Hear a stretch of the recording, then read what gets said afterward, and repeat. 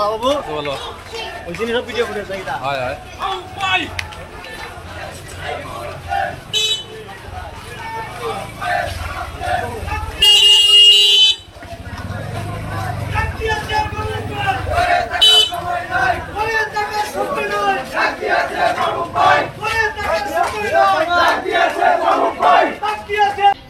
আমি এটা বিশ্বাস করি দল সূক্ষ্মভাবে ফাইনাল মনোনয়নের সময় আবার বিবেচনা করবেন।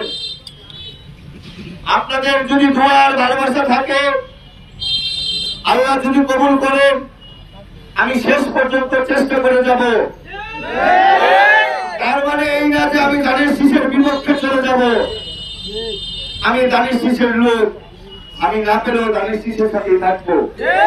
আমি জীবনে কখনো দানের শীষের বাইরে যাই নাই, অতীত দানের শীষের বাইরে যাব না।